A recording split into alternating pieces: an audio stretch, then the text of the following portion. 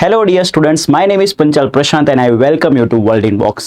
Dear દોસ્તો, આપણે world in box academy દ્વારા જે પ્રોજેક્ટ સીડી શરૂ કરવામાં આવેલો છે એની અંતર્ગત આજે આપણે 19મા લેક્ચરમાં ભેગા થયા છીએ.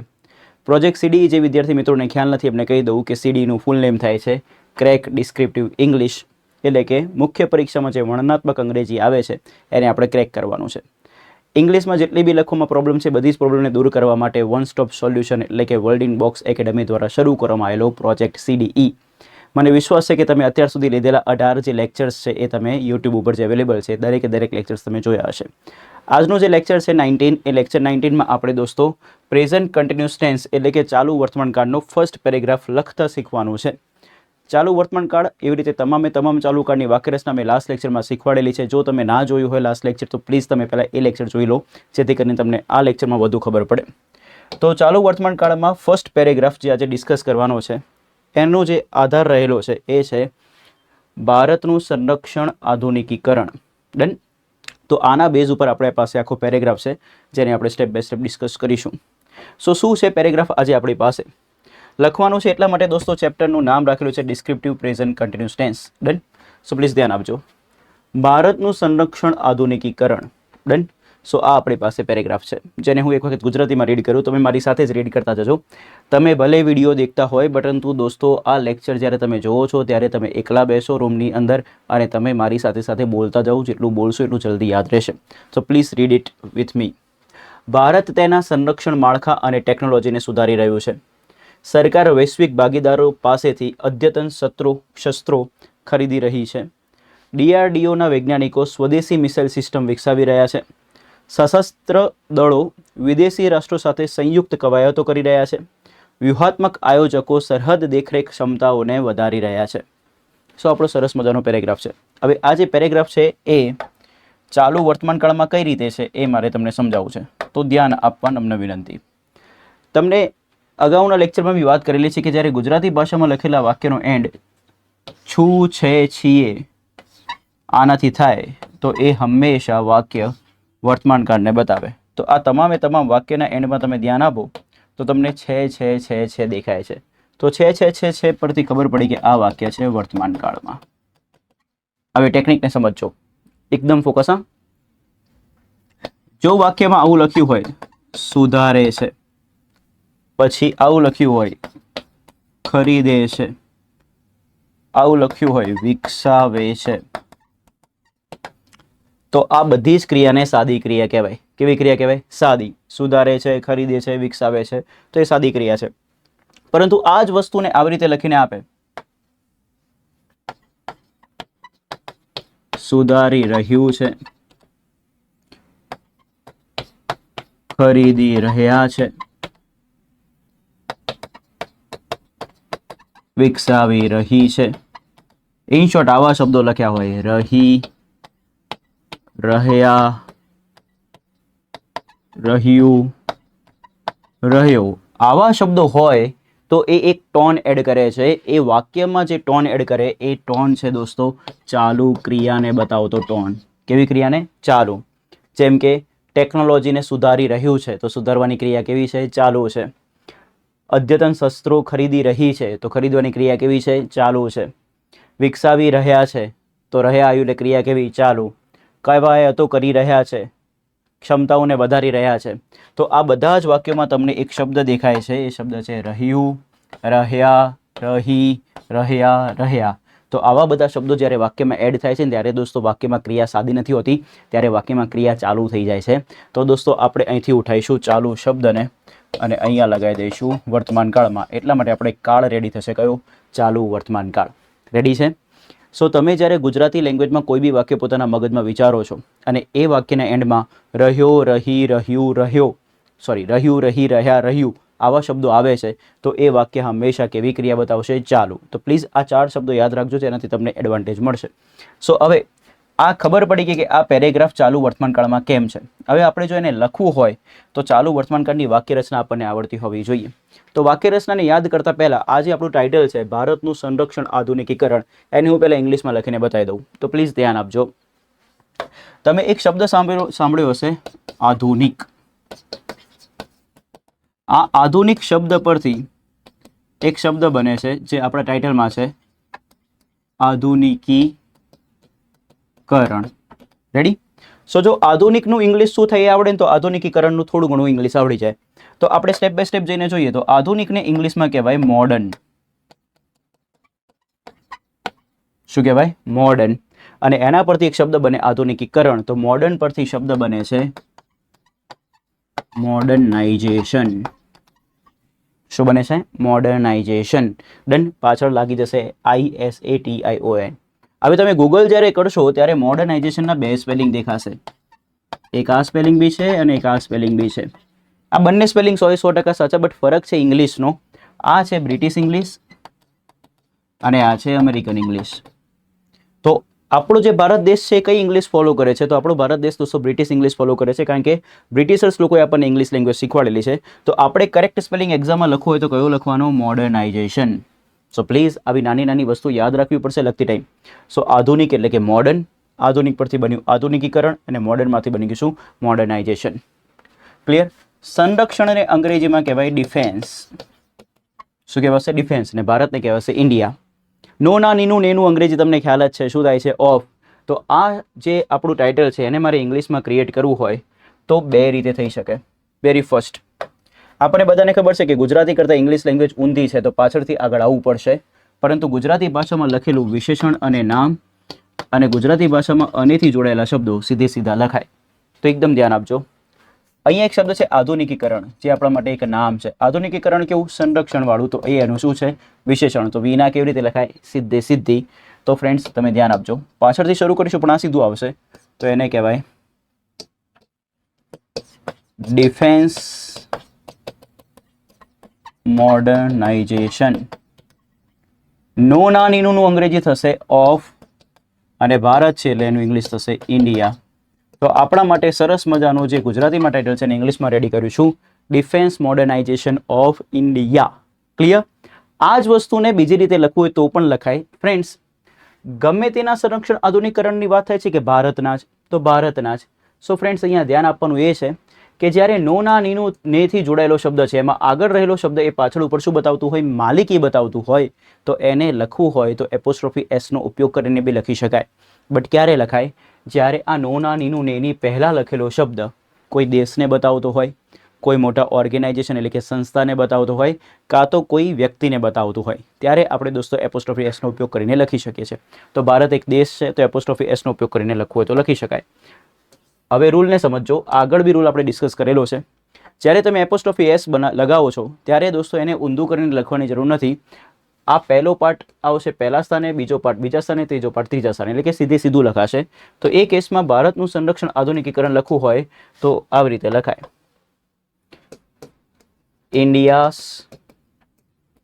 Defence modernisation. SATION. Ready? Okay. તો મેં તમને ટાઇટલને ટોટલ રીતે લખીને બતાવ્યું બે રીતે. સો very first, defence modernisation of India. બીજું, ઇન્ડિયાઝ ડિફેન્સ મોડર્નાઇઝેશન. રેડી છે?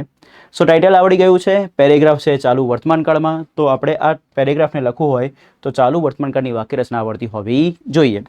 So let's move on second slide. તો ચાલુ વર્તમાનકાળની વાક્યરચના મેં તમને ફર્સ્ટ લેક્ચરમાં બી શીખવાડી હતી. આની પહેલાંનો જે લેક્ચર લીધો હતો એમાં. સો એ તમને યાદ જ હશે મારા ખ્યાલ મુજબ. તો જ્યારે બી તમારે ચાલુ વર્તમાન કાળની વાક્યરચના બનાવવી હોય તો ચાલુ કાળની વાક્યરચના લખવાની ટેગલાઇન છે કાળ પ્રમાણે બીનું રૂપ અને એના પછી લગાવવાનું શું? ING. ડન. તમે કયા કાળમાં વાત કરો છો? વર્તમાન કાળમાં.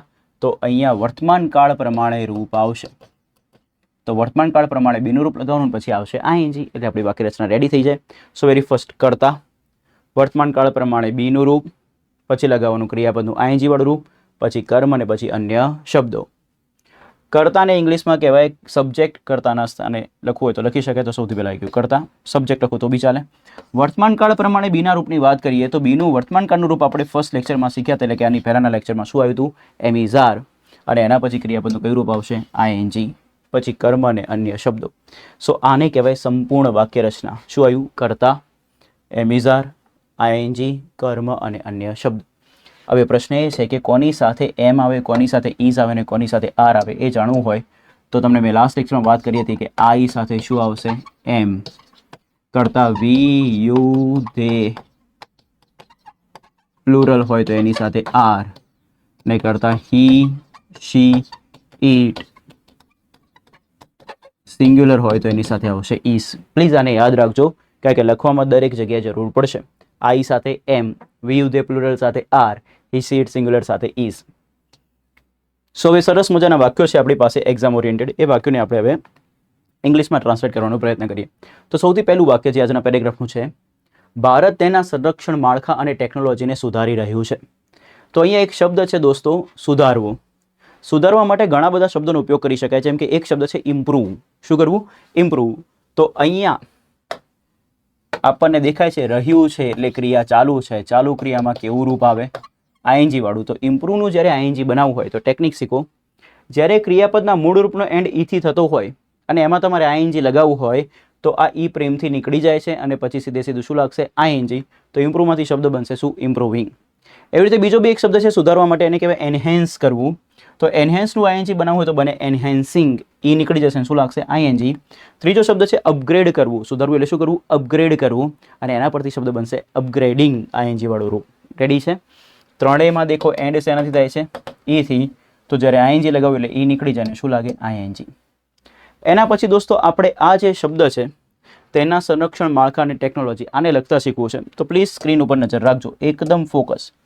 મેં તમને હમણાં બી વાત કરી કે અનેની પહેલાંવાળો પાર્ટ ઇંગ્લિશમાં પહેલાં લખાય, અનેની પછીવાળો પાર્ટ પછી લખાશે. તો સૌથી પહેલાં આપણે આ પાર્ટને લખતા શીખવું છે. તો દેખો શું લખ્યું છે? તેના સંરક્ષણ માળખા. સો તેના એટલે કોના? તો તેના એટલે અહીંયા વાત થાય છે કોની? ભારતની. તો ભારત દોસ્તો એક દેશનું નામ છે જે નિર્જીવની જેમ ટ્રીટ થાય. તો નિર્જીવ માટે જ્યારે તેનું, તેની, તેના, તેનો આવા શબ્દો લખવા હોય તો એના માટે શબ્દ બનશે ઇટ્સ. શું બને? ઇટ્સ. ઠીક છે? તો તેનાનું ઇંગ્લિશ થઈ ગયું ઇટ્સ. સંરક્ષણને કહેવાય ફ્રેન્ડ્સ ડિફેન્સ.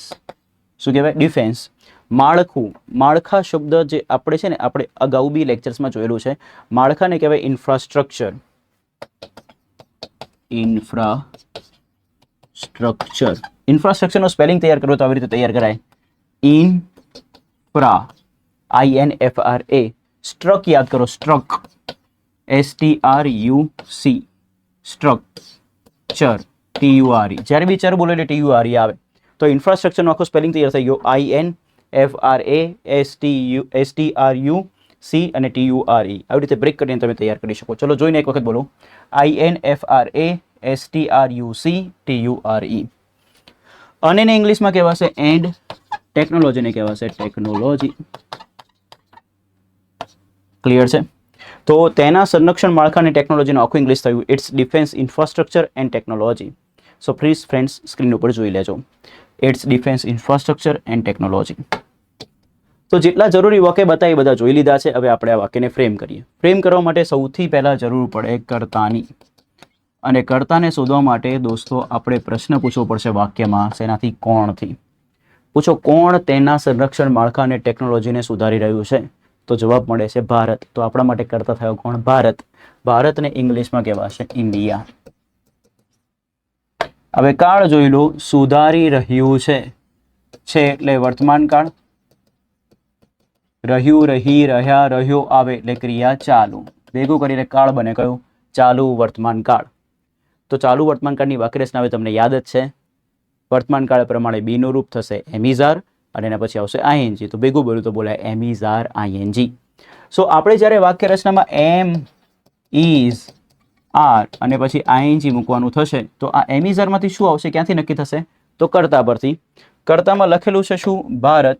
ભારત સિંગ્યુલર નામ છે અને સિંગ્યુલર નામ સાથે હંમેશા દોસ્તો ઇઝ લાગે. કોણ લાગે? ઇઝ. એટલા માટે અહીંયા આવશે ઇઝ. જ્યારે દોસ્તો કંઈક સુધારવાની વાત હોય ટેકનોલોજીને બેઝિકલી, તો ટેકનોલોજીને સુધારવા માટે બેટર વર્ડ આવે છે ઇમ્પ્રૂવ, એનહેન્સની. ટેકનોલોજીને સુધારવું હોય ત્યારે બેટર વર્ડ કયો છે? અપગ્રેડ કરવું. તમારે જે પ્રમાણે વાક્યનું ટોન હોય ને એ પ્રમાણે બેસ્ટ વાક્ય લખવું પડે. તો ટેકનોલોજીને આપણે અપગ્રેડ કરતા હોઈએ છીએ. એટલા માટે દોસ્તો અહીં આપણે સુધારવા માટે અપગ્રેડનું આઈએનજી લખીશું. તો અહીંયા શબ્દ બનશે અપગ્રેડિંગ. તો કર્તા આવી ગયું, ક્રિયાપદ આવી ગયું. કર્તા રેડી, ક્રિયાપદ રેડી. હવે ઇંગ્લિશમાં વારી આવે કોની? કર્મની. કર્મ માટે બે રીતે પ્રશ્ન પૂછવા પડશે. એક પ્રશ્ન પૂછવો પડશે શુંથી અને એક પ્રશ્ન પૂછવો પડશે કોનેથી. બંનેના જવાબ મળે તો બે બે કર્મ છે, બંનેમાંથી કોઈને બે જવાબ ના મળે તો કર્મ નથી. પૂછો સિમ્પલ, ભારત કોને સુધારી રહ્યું છે? તો જવાબમાં મળે છે તેના સંરક્ષણ માળખા અને ટેકનોલોજીને. તો આ આટલો મોટો આપણા માટે શું થયો? કર્મ. રેડી? તો હવે આને આપણે લખવું પડશે ત્રીજા સ્ટેજમાં. ક્લન. હવે દોસ્તો આ કર્મને કઈ રીતે લખાય? તો લખવા માટે તમને બેસિકલી એક પોઈન્ટની વાત કરી લઉં. જો કર્મના એન્ડમાં નો ના નીનું ને હોય તો એનું ઓફ થતું નથી, એ લખવામાં જ નહીં આવતો. બાકી કોઈ જગ્યાએ નો ના નીનું ને હોય તો એનું જનરલી ઓફ થતું હોય, બટ કર્મના એન્ડમાં જો નો ના નીનું ને હોય તો એને લખવામાં આવતો નથી, એટલે કે નીકળી જાય, માઇન્ડમાંથી નીકાળી દેવાનું એને. તેના સંરક્ષણ માળખાની ટેકનોલોજી લખવાનું થયું તો એને મેં લખતા શીખવાડ્યું કે અનેની પહેલા વાળો પાર્ટ પહેલા, અનેની પછી વાળો પાર્ટ પછી. તો તેના એટલે કે ઇટ્સ સંરક્ષણ માળખું એટલે કે ડિફેન્સ ઇન્ફ્રાસ્ટ્રક્ચર, અને માટે શબ્દ આવશે એન્ડ. ટેકનોલોજીનું ઇંગ્લિશ થશે ટેકનોલોજી. સો આપણા માટે જે ગુજરાતીમાં વાક્ય તો એનું ઇંગ્લિશમાં વાક્ય રેડી છે. India is upgrading its defence infrastructure and technology. Clear છે? ઓકે. સો ફ્રેન્ડ્સ, આપણે ફર્સ્ટ સેન્ટેન્સ રેડી કરી દીધું છે. સેકન્ડ સેન્ટેન્સ તરફ આગળ વધીએ. સેકન્ડ સેન્ટેન્સ છે, સરકાર વૈશ્વિક ભાગીદારો પાસેથી અદ્યતન શસ્ત્રો ખરીદી રહી છે. તો અહીંયા સૌથી પહેલાં આપણે વોકેબ શીખીશું. તો સરકારને કહેવાય ગવર્મેન્ટ. આપણને બધાને ખ્યાલ છે ગવર્મેન્ટ આગળ હંમેશા કયો આર્ટિકલ આવે? ધ. બીજો એક શબ્દ છે ખરીદવું. તો ખરીદવા માટે આપણે એક શબ્દ જનરલી વાપરતા હોઈએ છીએ, કયો? બાય. અને એમાં જ્યારે આઈએનજી વાળું રૂપ લગાવીએ એટલે શબ્દ બને શું? બાઈંગ. હવે કેમ આઈએનજી વાળા રૂપની ચર્ચા થાય છે એની થોડી ફોકસ કરી લો.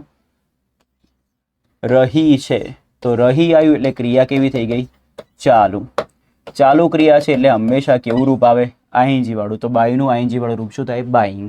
એવી રીતે ખરીદવા માટે બીજો બી એક શબ્દ તમે લાઈફમાં સાંભળ્યો હશે જેને કહેવાય પરચેસ. અને પરચેસમાં જ્યારે આઈએનજી લગાવો ત્યારે શબ્દ બને purchasing. Now the question is કે સર આપણે વાક્યમાં બાય લખવું કે પરચેસ લખવું ખબર કેમ નહીં પડે? તો એકદમ સિમ્પલ કોન્સેપ્ટ છે. બાય અને પરચેસમાં એક માઇનોર ફરક છે. એ માઇનોર ફરક જો આપણને ખબર પડી જાય તો આપણા માટે ઇંગ્લિશ વધારે સારું બને. દેખજો આ ડિફરન્સ તમને સમજાવું છું. જો આપણે રોજિંદી જીવનને જીવવા માટે જે વસ્તુ ખરીદીએ છીએ અને જે વસ્તુ સસ્તી છે, તો સસ્તી વસ્તુ ખરીદવા માટે દોસ્તો હંમેશા બાય વપરાય. તો જેની કિંમત ઓછી હોય, જે સસ્તી હોય, એ સસ્તી વસ્તુ ખરીદવા માટે કયો શબ્દ આવે? બાય. પરંતુ જે વસ્તુ મોંઘી છે, પ્રાઇસમાં વધુ છે, એવી વસ્તુ જ્યારે આપણે ખરીદીએ છીએ તો એ ખરીદવા માટે શબ્દ આવે પરચેસ. એકદમ સિમ્પલ કરું. સસ્તી વસ્તુ ખરીદવા માટે બાય વાપરવાનું, મોંઘી વસ્તુ ખરીદવા માટે પરચેસ વાપરવાનું. ઘર ખરીદો તો એને બાય ના કર્યું કહેવાય, એને પરચેસ.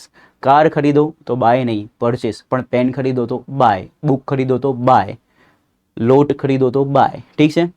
પરંતુ દોસ્તો મોંઘી વસ્તુ ખરીદો તો શું આવશે? પરચેસ. તો આ બેઝિક ડિફરન્સ છે બાય અને પરચેસનો. નેક્સ્ટ દોસ્તો, અદ્યતન શસ્ત્રો. તો ધ્યાનથી દેખજો, શસ્ત્રો એક નામ છે. શસ્ત્રો કેવા? તો અદ્યતન. તો આ એનું વિશેષણ છે. વિના કેવી? સીધે સીધી. વિના કોને કહેવાય? તો વિશેષણ અને નામને. જે લોકો ફર્સ્ટ લેક્ચર્સ ડાયરેક્ટલી આ જ જોવા બેઠા છે, પ્લીઝ એક હમ્બલ રિક્વેસ્ટ છે, અત્યાર સુધીના જેટલા બી લેક્ચર્સ છે પહેલાં જોઈ લેજો. ઠીક છે? અદ્યતન શસ્ત્રોને લખવું હોય તો શસ્ત્રોનું ઇંગ્લિશ થશે વેપન્સ. શું થશે? વેપન્સ. શસ્ત્રો કેવા? અદ્યતન. તો અદ્યતનને કહેવાય એડવાન્સ્ડ. તો અદ્યતન શસ્ત્રોનું ઇંગ્લિશ થયું એડવાન્સ્ડ વેપન્સ. રેડી? સો આપણા જોડે વોકેબ રેડી છે, અદ્યતન શસ્ત્રો. નેક્સ્ટ જે વોકેબ છે, જે આના પરથી કોન્સેપ્ટ યાદ રાખજો. આપણે શું કરવાનું છે? ખરીદવાનું છે. તો એના માટે એક પ્રીપોઝિશનલ રૂલ છે. આપણે લાઈફમાં જેની પાસેથી ખરીદીએ છીએ એને દર્શાવવા માટે એક પ્રીપોઝિશન આવશે જેને કહેવાશે ફ્રોમ. આ રૂલ પ્રીપોઝિશનલ રૂલ છે. ઇંગ્લિશમાં ખાસ યાદ રાખજો કે જેની પાસે ખરીદવાનું હોય તેને દર્શાવવા માટે કયું પ્રીપોઝિશન આવે? ફ્રોમ. તો પ્લીઝ આ એક શબ્દ સારો છે. હવે શબ્દ શીખો છે વૈશ્વિક ભાગીદારો. તો ભાગીદારો એક નામ છે. ભાગીદારો કેવા? વૈશ્વિક. એનું વિશેષણ છે. તો વિશેષણ અને નામ કેવા? સીધા. ભાગીદારોને કહેવાય પાઠ પરથી પાર્ટનર્સ. વૈશ્વિક હોય તો એને કહેવાય ગ્લોબલ. ડન? દેખો એક શબ્દ શીખવાડું. વૈશ્વિક શબ્દ આવ્યો ક્યાંથી? તો વિશ્વને કહેવાય ગ્લોબ. શું કહેવાય? ગ્લોબ. આપણે વર્લ્ડ બી કહેતા હોઈએ છીએ પણ ગ્લોબ બી કહી શકાય. અને વિશ્વમાંથી શબ્દ બને વૈશ્વિક. તો એ જ રીતે ગ્લોબમાંથી શબ્દ બની જાય ગ્લોબલ. કયો શબ્દ બને? ગ્લોબલ. તો વિશ્વ એટલે ગ્લોબ વિશ્વમાંથી બન્યું વૈશ્વિક, તો ગ્લોબમાંથી બની ગયો શબ્દ ગ્લોબલ. તો વૈશ્વિક ભાગીદારોનું ઇંગ્લિશ થશે ગ્લોબલ પાર્ટનર્સ. રેડી? તો જેટલા બી વોકેબની જરૂર હતી બધા શીખી લીધા છે. બાય અને પરચેસનો ડિફરન્સ બી શીખી લીધો. સસ્તી વસ્તુ ખરીદવાની તો બાય, મોંઘી વસ્તુ ખરીદવાની તો પરચેસ. અદ્યતન શસ્ત્રો એટલે એડવાન્સ વેપન્સ. જેની પાસેથી ખરીદો છો એને બતાવવા માટે કયું પ્રિપોઝિશન ફ્રોમ. તો સૌથી પહેલા આપણે વાક્યરચનાની વાત કરીશું. તો વાક્યરચનાની શરૂઆત થશે આપણા કર્તાથી.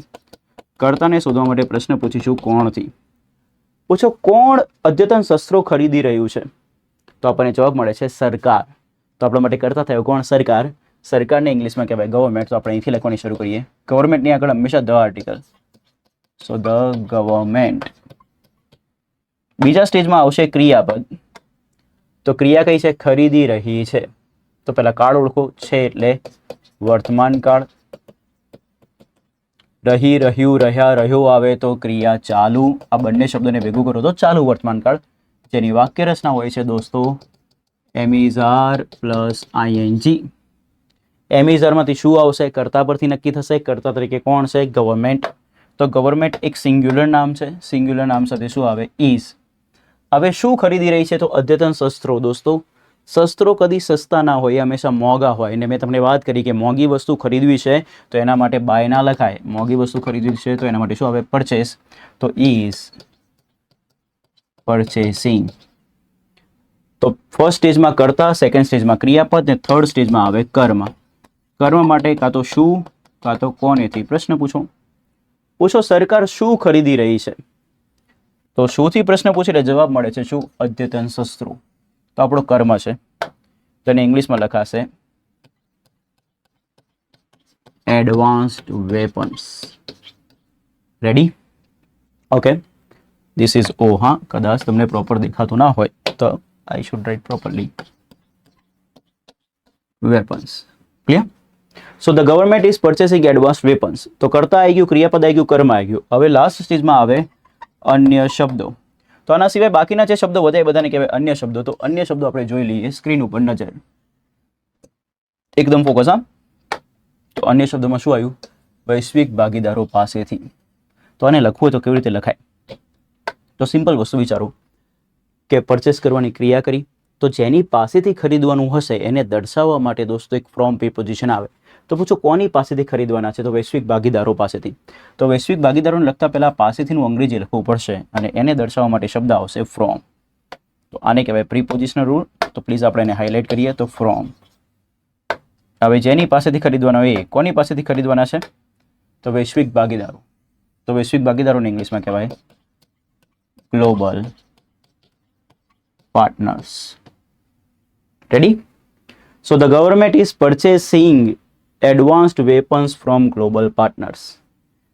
એક એક વોકેબને આપણે ડિટેલમાં શીખ્યા. એક એક વસ્તુની પાછળ લોજિક બી શીખ્યા. તો પ્લીઝ આવી રીતે લોજિકલ ઇંગ્લિશ શીખવા માટે તમે પ્રોજેક્ટ સીડીના દરેક લેક્ચરને ધ્યાનથી જોતા રહેજો. જે વિદ્યાર્થી મિત્રો સુધી હજુ આ વાત પહોંચી નથી કે પ્રોજેક્ટ સીડી શું છે, તો તમારું એક સપોર્ટ જોઈએ છે. તમારો એક સપોર્ટ જોઈએ છે કે તમે મેક્સિમમ સ્ટુડન્ટ સુધી આ શેર કરજો અને કમેન્ટ સેક્શનમાં પ્લીઝ તમે મને કમેન્ટ કરીને બતાવજો કે તમને લેક્ચર્સ કેવા લાગે છે. તમને હું જે સમજાવું છું સમજાય છે કે નહીં. તે ઉપરાંત કદાચ કોઈ ડાઉટ રહી જાય તો બી તમે મને પૂછી શકો છો. ક્લિયર? ડીઆરડીઓના વૈજ્ઞાનિકો સ્વદેશી મિસાઇલ સિસ્ટમ વિકસાવી રહ્યા છે. તો આના પહેલા વોકેબ શીખીએ. તો સૌથી પહેલા ડીઆરડીઓના વૈજ્ઞાનિકો. સો ગુજરાતી કરતાં ઇંગ્લિશ ઊંધું છે તો પાછળથી આગળ આવીશું. તો વૈજ્ઞાનિકોને કહેવાશે સાયન્ટિસ્ટ. એક હોય તો સાયન્ટિસ્ટ, એકથી વધુ હોય તો સાયન્ટિસ્ટ. નો ના નીનું અંગ્રેજી થશે ઓફ અને ડીઆરડીઓનું અંગ્રેજી થશે ડીઆરડીઓ. જનરલી ઇંગ્લિશનો એક નિયમ છે, જ્યારે બી આપણે નામ ઓફ નામ લખતા હોઈએ તો પહેલા નામની આગળ ધ આર્ટિકલ લાગતો હોય છે. તો આપણે આખું લખવું હોય પ્રોપર વેમાં તો આને કહેવાય ધ સાયન્ટિસ્ટ ઓફ ડીઆરડીઓ. તો રેડી છે? The scientist of DRDO. Next, વિકસાવવું. વિકસાવવાની ક્રિયાને કહેવાય ડેવલપ કરવું. કેવું કરવું? ડેવલપ. તો પ્લીઝ ધ્યાન આપજો. હવે અહીંયા એક શબ્દ લખ્યો છે રહ્યા. રહ્યા એટલે ક્રિયા કેવી? ચાલુ. ચાલુ ક્રિયા માટે હંમેશા આઈએનજી વાળું રૂપ આવે. તો અહીંયા શબ્દ આવશે ડેવલપિંગ. નેક્સ્ટ, સ્વદેશી મિસાઇલ સિસ્ટમ. દોસ્તો ખૂબ સારો શબ્દ શીખવાનો છે. દેખજો. સિસ્ટમ એક નામ છે. સિસ્ટમ કેવી? તો મિસાઇલ વાળી, તો આ એક વિશેષણ છે. મિસાઇલ સિસ્ટમ કેવી પાછી? તો સ્વદેશી, તો આ બી એક વિશેષણ છે. તો વિશેષણ અને નામ કેવી રીતે લખાશે? સીધે સીધી. હવે જે સૌથી બેસ્ટ શબ્દ આજના લેક્ચરનો છે એ શીખવાનો છે સ્વદેશી. સ્વદેશીને દોસ્તો કહેવાય ઇન્ડિજિનસ. શું કહેવાય? ઇન્ડિજિનસ. સો ઇન્ડિજિનસ બોલવું હોય એટલે કે લખવું હોય તો કેવી રીતે લખી શકાય? તો ઇન્ડિજિનસ લખવું હોય તો એનો સ્પેલિંગ તૈયાર કરવો પડે. તો ઇન્ડિયામાંથી ઇન્ડીનો તો આવડે જ. હવે જીનસનો શીખો, GE નસ, NOUS, ઇન્ડિજિનસ. ઇન્ડિજિનસ એટલે કે દોસ્તો સ્વદેશી. ક્લિયર? તો આપણે જે બી વસ્તુ સ્વદેશી વાપરીએ છીએ એને શું કહેવાય? ઇન્ડિજિનસ. ઇન્ડિજિનસ એટલે કે સ્વદેશી. એની મિસાઇલ સિસ્ટમની વાત છે તો એને ઇંગ્લિશમાં લખો તો શું લખાશે? Indigenous missile system. So indigenous missile system. તો જરૂરી વાક્ય આપણે શીખી લીધા છે. હવે આપણે આ વાક્યને ફ્રેમ કરીશું. વાક્યને ફ્રેમ કરવા માટે સૌથી પહેલા સ્ટેજમાં આવે કર્તા, બીજા સ્ટેજમાં આવે ક્રિયાપદ, ત્રીજા સ્ટેજમાં આવે કર્મ અને લાસ્ટમાં વધેલા શબ્દોને કહેવાય અન્ય શબ્દો. કર્તા માટે પ્રશ્ન પૂછો કોણથી. પૂછો કોણ સ્વદેશી મિસાઇલ સિસ્ટમ વિકસાવી રહ્યા છે? તો કોણ વિકસાવી રહ્યું છે? તો DRDOના વૈજ્ઞાનિકો. તો આપણા માટે કર્તા થઈ ગયો DRDOના વૈજ્ઞાનિકો. તો એને ઇંગ્લિશમાં લખાશે the scientist of DRDO. Ready? Okay. ક્રિયા કઈ છે? તો વિકસાવી રહ્યા છે. ક્રિયાપદ લખવું હોય તો કાળ બી જોવું પડશે. તો છે એટલે વર્તમાન કાળ, રહ્યા આવ્યું એટલે ચાલુ, તો આને ભેગું કરો એટલે ચાલુ વર્તમાન કાળ થઈ જાય. જેની વાક્ય રચના હોય M is R ING. હવે એવિઝારમાંથી શું મૂકવું? એ કર્તા પરથી નક્કી થાય. તો કર્તા કોણ છે? Scientist of DRDO. તો DRDOના વૈજ્ઞાનિકો. તો ફોકસ સાયન્ટિસ્ટ ઉપર જાય છે, વૈજ્ઞાનિકો ઉપર. તો કર્તા વૈજ્ઞાનિકો છે. તો વૈજ્ઞાનિકો એટલે કે સાયન્ટિસ્ટ કેવું નામ છે? સિંગ્યુલર કે પ્લુરલ? તો યાદ રાખીશું એ એકથી વધુને બતાવે એટલે એવા નામને કહેવાય પ્લુરલ, બહુવચન નામ. પ્લુરલ નામ સાથે હંમેશા શું આવશે? R. ક્લિયર? તો ધ સાયન્ટિસ્ટ ઓફ DRDO કઈ ક્રિયા કરે છે? વિકસાવી રહ્યા છે. તો એના માટે ડેવલપનું ING, ડેવલપિંગ. ક્લિયર? કરતા આવી ગયું, ક્રિયાપદ આવી ગયું. હવે વારી આવી કર્મની. કર્મ માટે પ્રશ્ન પૂછો શું અથવા કોનેથી. પૂછો શું વિકસાવી રહ્યા છે? તો જવાબ મળે છે સ્વદેશી મિસાઇલ સિસ્ટમ. તો આપણા માટે કર્મ થઈ ગયો indigenous missile system. So the scientists of DRDO are developing indigenous missile system. Ready છે? ઓકે. સો આમાં ખૂબ સારો વોકેબ જે હતો એ હતો ઇન્ડિજિનિયસ. પ્લીઝ એને યાદ રાખજો, INDIGENOUS. નેક્સ્ટ સેન્ટેન્સ તરફ આગળ વધીશું. મેક્સિમમ દોસ્તો લાઇક કરતા રહેજો અને કમેન્ટ તો ખાસ કરજો because I need your support. જેટલી વધુ કમેન્ટ કરો એટલા બધા સ્ટુડન્ટ સુધી એ વસ્તુ પહોંચે કે આ લેક્ચર્સ વધુ સારા છે. જેટલા વધુ સારા લેક્ચર્સ હશે એટલું વધુ સ્ટુડન્ટ્સને ફાયદો થશે. એ જ ઇન્ટેન્શન છે દોસ્તો. તો સશસ્ત્ર દળો વિદેશી રાષ્ટ્રો સાથે સંયુક્ત કવાયતો કરી રહ્યા છે. તો આપણે જોઈએ વોકેબ પહેલાં તો સશસ્ત્ર દળો. તો સશસ્ત્ર દળો લખવું હોય તો દળોને કહેવાય દોસ્તો, દળ એક હોય તો એને કહેવાય ફોર્સ, પણ એકથી વધુ હોય તો એને શું કહેવાય? ફોર્સિસ. સશસ્ત્રને કહેવાશે આર્મ્ડ.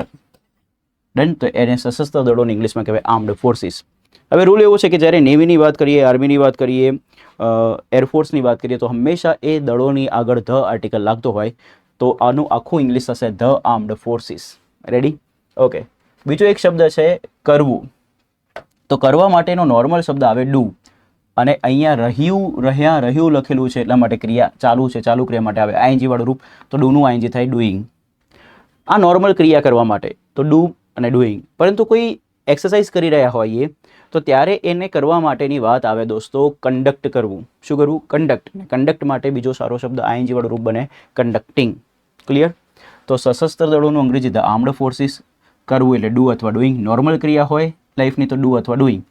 કંઈક સારી એવી ક્રિયા છે જે બહુ જ ઇમ્પોર્ટન્ટ છે એના માટે આવે કંડક્ટ ને કંડક્ટિંગ. તો પ્લીઝ ધ્યાન આપજો. સંયુક્ત કવાયતો. તો કવાયતો એક નામ છે, સંયુક્ત એનું વિશેષણ છે. તો વિશેષણ અને નામ કેવું? સીધે સીધું.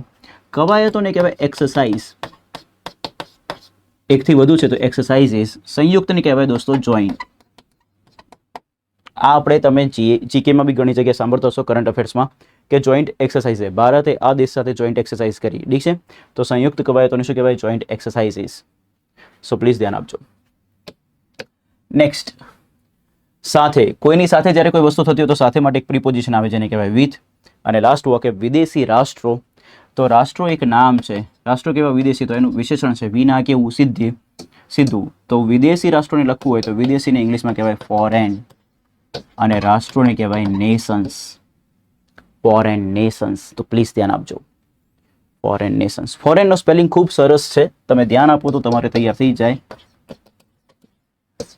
FORE, બોલો, FOREIGN થઈ ગયું ફોરેન. બોલો, FOREIGN ફોરેન. સો જેટલા જરૂરી વાક્ય બતાવે બધા જોઈ લીધા. હવે આપણે વાક્ય બનાવીશું. સૌથી પહેલા વાક્યની શરૂઆત કરતા પહેલા તમે આ વાક્યને વિડીયો પોઝ કરો અને જાતે બનાવો અને કમેન્ટ કરો કે આ વાક્યનું ઇંગ્લિશ આ થાય છે. Come on guys, it's your responsibility. દરેક વિદ્યાર્થી મિત્રએ આ વાક્ય લખવાનું છે પોતાની રીતે.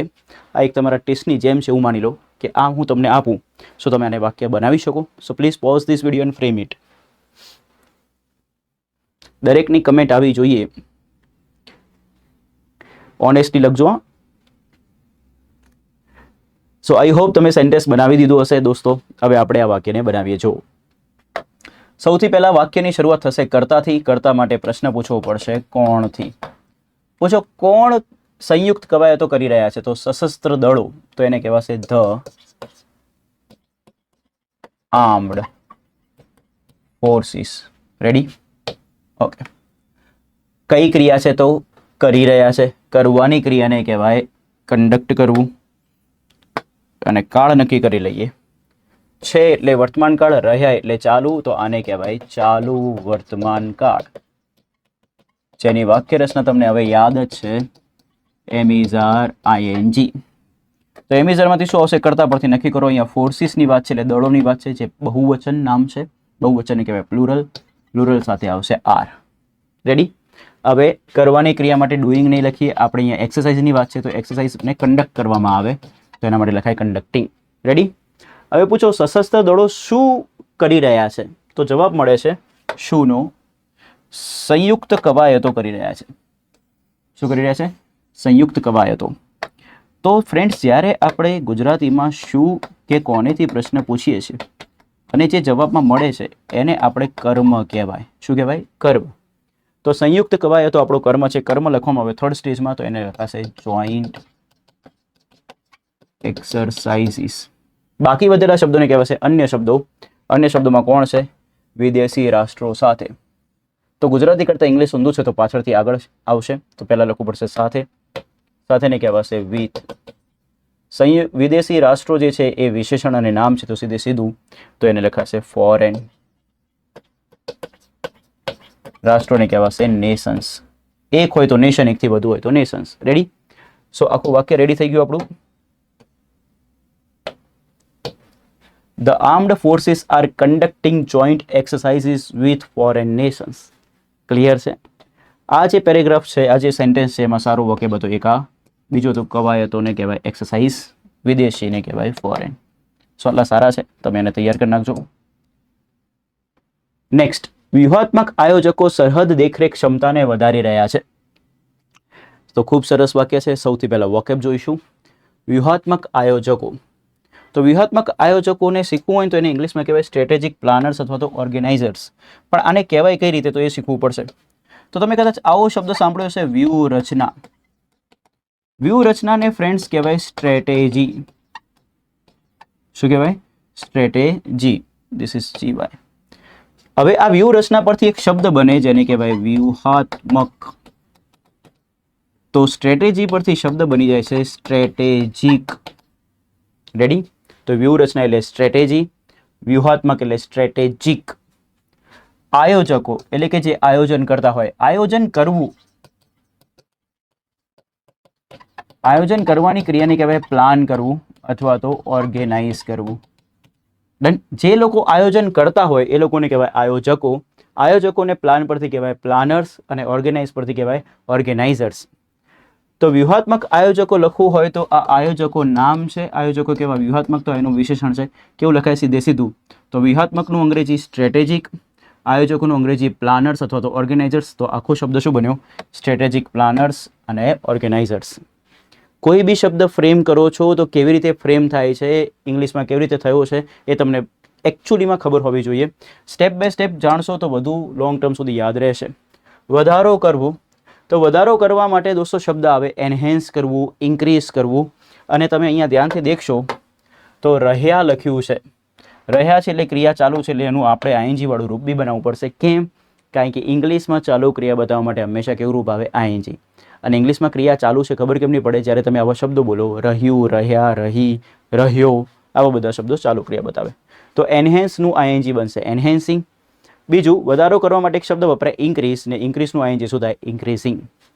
નેક્સ્ટ ઓકે, સરહદ દેખરેખ ક્ષમતાઓ. તો સરહદને કહેવાય બોર્ડર. દેખરેખ રાખવી, આ શબ્દ એટલો સારો છે કે એક્ઝામ એનો સ્પેલિંગ બી 2 થી 3 વખત આવી ચૂક્યો છે. દેખરેખ રાખવું, સર્વેલન્સ. દેખરેખને શું કહેવાય?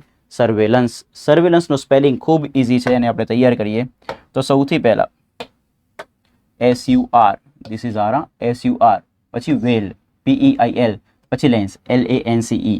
તો ફરીથી આપણે લખીએ SUR, પછી VEIL, પછી LANCE, સર્વેલન્સ. સર્વેલન્સ એટલે કે દેખરેખ. ઠીક છે. અને ક્ષમતા, કેપેબિલિટી. ક્ષમતાનું ઇંગ્લિશ થશે કેપેબિલિટી. ક્ષમતાઓ હોય તો આ કેપેબિલિટીને બહુવચન એટલે કે પ્લુરલમાં ફેરવવું પડે, તો કેપેબિલિટીનું પ્લુરલ થશે કેપેબિલિટીઝ. હવે આ કઈ રીતે થયું એને સમજો. આ જે ટી છે ને ફ્રેન્ડ્સ છે વ્યંજન, અને વ્યંજનની પછી આવ્યો વાય. ત્યારે બી એકવચન નામનો એને વ્યંજન વત્તા વાયથી થતો હોય અને એને બહુવચનમાં ફેરવવું હોય તો વાયને નીકાળી દેવાનો અને IES લગાવી દેવાનો. જેમ કે હું કહું સિટી, તો ટી વ્યંજન છે ને વાય છે, તો એનું બહુવચન કરવું હોય તો વાય નીકળી જાય ને IES લાગે, શબ્દ બને સિટીઝ. એવી રીતે સ્ટોરી, આર વ્યંજન છે ને પછી વાય છે, બહુવચન કરવું હોય તો વાય નીકાળીને IES લગાવો એટલે શબ્દ બને સ્ટોરીઝ. રેડી? તો સરહદ દેખરેખ ક્ષમતાઓના દરેકે દરેક શબ્દ શીખી લીધા. એક શીખ્યા બોર્ડર, બીજો છે કેપેબિલિટીઝ, અને ત્રીજું છે સર્વેલન્સ. તો હવે આ ત્રણ શબ્દ શીખ્યા પછી એને લખાય કેવી રીતે એ જાણી લઈએ. તો દેખો, ક્ષમતાઓ નામ છે. ક્ષમતાઓ કેવી? તો સરહદને દેખરેખ રાખે એવી. તો આ એનું વિશેષણ છે. વિશેષણ અને નામ કેવી રીતે લખાય? સીધે સીધું. તો સૌથી પહેલા આવશે border, surveillance, capabilities. Ready? So આખો શબ્દ બને border, surveillance, capabilities. Clear? Okay. So જેટલા જરૂરી વાક્ય બતાવે બધા શીખી લીધા છે. હવે આપણે આગળ વધીએ, એને લખીએ. તો સૌથી પહેલા લખવું હોય તો કર્તાની જરૂર પડશે, અને કર્તા માટે પ્રશ્ન પૂછવો પડશે કોણથી. ઇંગ્લિશ લેંગ્વેજમાં વાક્યની શરૂઆત હંમેશા કર્તાથી થાય, તો કર્તા માટે કોણથી પ્રશ્ન પૂછો. કોણ વધારી રહ્યું છે? તો વ્યૂહાત્મક આયોજકો વધારી રહ્યા છે. વ્યૂહાત્મક આયોજકોને કહેવાશે સ્ટ્રેટેજિક પ્લાનર્સ. પ્લાનર્સના કહેવું તો શું રખાય? ઓર્ગેનાઇઝર્સ. ક્રિયા કઈ થાય છે? તો ક્રિયામાં આપણને દેખાઈ જ રહ્યું છે વધારી રહ્યા છે.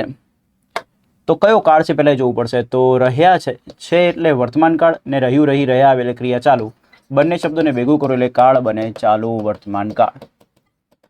ચાલુ વર્તમાન કાળની વાક્યરચના બનાવી હોય તો કાળ પ્રમાણે બીનું રૂપ, એટલે વર્તમાન કાળ પ્રમાણે બીનું રૂપ લખવું પડે એમ ઇઝ આર, ને પછી આવે ING. રેડી છે? ઓકે.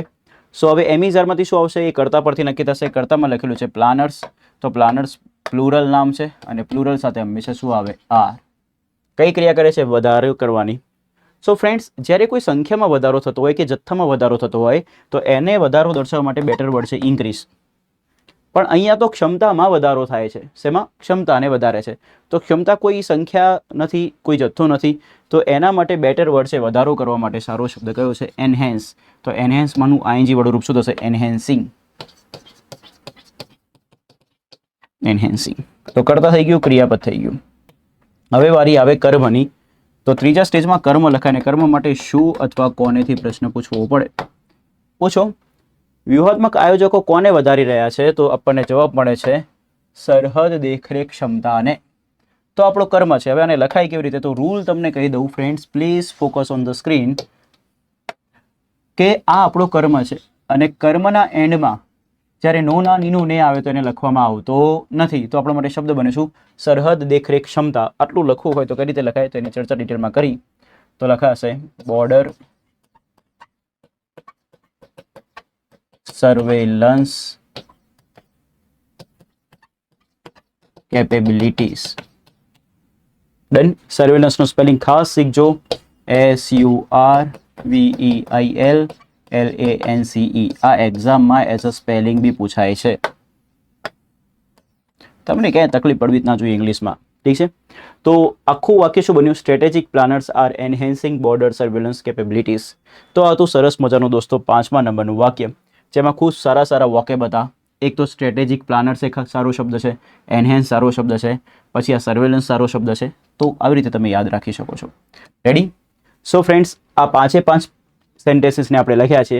હવે આજના લેક્ચરથી આપણે એક નવો ટાસ્ક શરૂ કરીએ છીએ કે વિદ્યાર્થી મિત્રોને ડેલી કંઈક નવું એક્સ્ટ્રા મળવું જોઈએ. એના માટે ફ્રેન્ડ્સ મેં દરેક લેક્ચરના એન્ડમાં એક સ્પેલિંગ મૂકવાનું શરૂ કર્યું છે. તો આ 4 જે સ્પેલિંગ છે તમારી સામે જે હમણાં ડિસ્પ્લે થશે, એ 4 સ્પેલિંગમાંથી તમારે કરેક્ટ સ્પેલિંગ શોધવાનું રહેશે. ધેન તો ફ્રેન્ડ્સ, જે 4 સ્પેલિંગ છે એ છે એકોમોડેશન, એકોમોડેશન, એકોમોડેશન, એકોમોડેશન. આ 4માંથી કયો સ્પેલિંગ સાચો છે એ તમારે ગૂગલ કર્યા વગર મને સાચું કહેવાનું છે. તમને જે લાગતું હોય ને તમે મને કહી દો કે ABCD સ્પેલિંગ એવું હોય ને તો લખીને બતાવજો કમેન્ટમાં. ABCD લખશો ને તો યાદ નહીં રહે. તમે એક્ઝેક્ટ સ્પેલિંગ લખજો જેથી કરીને તમારી સ્પેલિંગ તૈયાર થઈ જાય. પોતાના મનથી વિચારો કે કયો સ્પેલિંગ સાચો થાય છે. જે બી સાચો સ્પેલિંગ હોય તમારે મને કમેન્ટ સેક્શનમાં કહેવાનું છે. નેક્સ્ટ લેક્ચરમાં હું તમને આનો સાચો સ્પેલિંગ કહી દઈશ. રેડી? સો એક તમારા માટે ટેસ્ટ છે. So thank you very much for watching this video friends. આ વિડીયોની અંદર આપણે પ્રેઝન્ટ કન્ટિન્યુઅસ ટેન્સ એટલે કે ચાલુ વર્તમાન કાળનો ફર્સ્ટ પેરેગ્રાફ ડિસ્કસ કર્યો છે, જેને એકદમ ડિટેલમાં ડિસ્કસ કર્યો છે. સો પ્લીઝ ફ્રેન્ડ્સ, તમને આ લેક્ચર્સ ગમતા હોય તો તમે લાઇક કરો, શેર કરો અને કમેન્ટ તો ડેફિનેટલી કરજો, જેથી કરીને મને આઈડિયા આવે કે તમને લેક્ચર્સ કેવા લાગે છે. સો મળીએ દોસ્તો નેક્સ્ટ લેક્ચરમાં. Till then bye bye, take care, be happy, be healthy.